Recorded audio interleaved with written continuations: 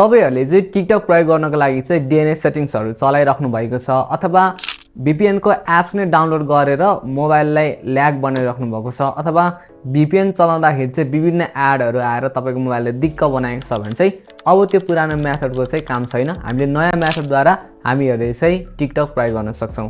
So यो भिडियोमा चाहिँ म तपाईहरुलाई VPN बेगर अथवा तपाईको DNS सेटिङ बेगर चाहिँ हामीले कसरी टिकटक चलाउन सकिन्छ त्यो विषयमा चाहिँ म तपाईहरुलाई जानकारी गराउने छु।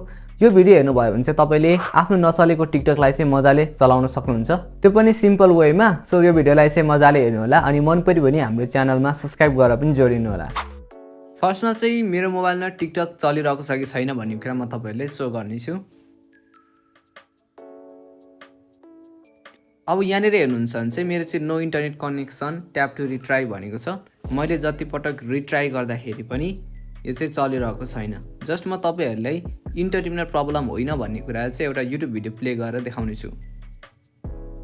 अब यहाँनेर युट्युबको भिडियोहरु धेरै छन्, जस्ट म एउटा यो भिडियोलाई प्ले गरे। In this guide, I will be teaching you how to create different types of YouTube. Sub TikTok चलाउनको लागि चाहिँ म एउटा एप्स डाउनलोड गरेर देखाइदिने छु। तपाईहरुले यो एप्स चाहिँ एन्ड्रोइड र आइओएस दुवैमा डाउनलोड गर्न सक्नुहुन्छ। तपाईहरुको एप स्टोर अथवा प्ले स्टोरमा गएर चाहिँ तपाईहरुले चाहिँ एउटा WRAP र्याप भनेर चाहिँ लेख्नु होला। त्यसैबाट फर्स्टमा चाहिँ 111 फास्टर इन्टरनेट भनेको छ है। यसलाई चाहिँ हामीले डाउनलोड गर्ने छौं। यो एप्सको चाहिँ टोटल डाउनलोडरहरु चाहिँ 10 करोड भन्दा पनि बढी हुनुहुन्छ अनि यो एप्सको डेभलपर पनि क्लाउडफ्लेयर रहेको छ। तपाईहरुलाई क्लाउडफ्लेयरको बारेमा त थाहै होला। यदि तपाईहरुले थाहा छैन भने क्लाउडफ्लेयर भनेको कस्तो हो, कतिको ट्रस्टेड छ भनेर तपाईहरुले रिसर्च गर्न सक्नुहुन्छ। अब यसलाई सिम्पली हामीले ओपन गर्ने छौं। त्यहाँनेर चाहिँ व्हाट इज र्याप भनेको छ, तपाईहरुले हेर्न सक्नुहुन्छ।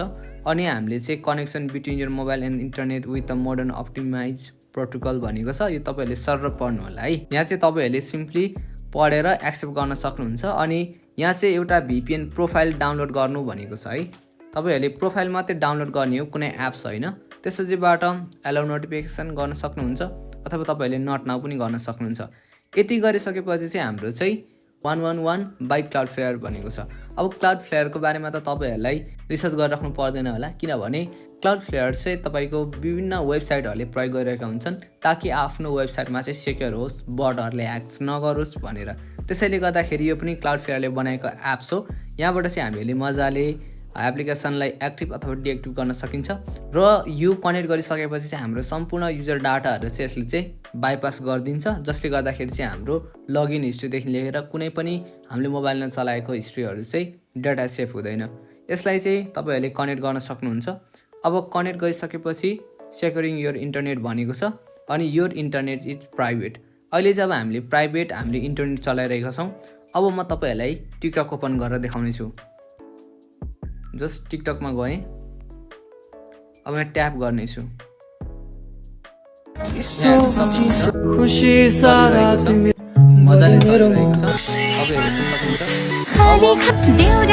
कति DNS सेटिङ VPN सेटिङहरु मिलाउँदाखेरि तपाईको लाइभहरु नचल्ने पनि हुन्छ।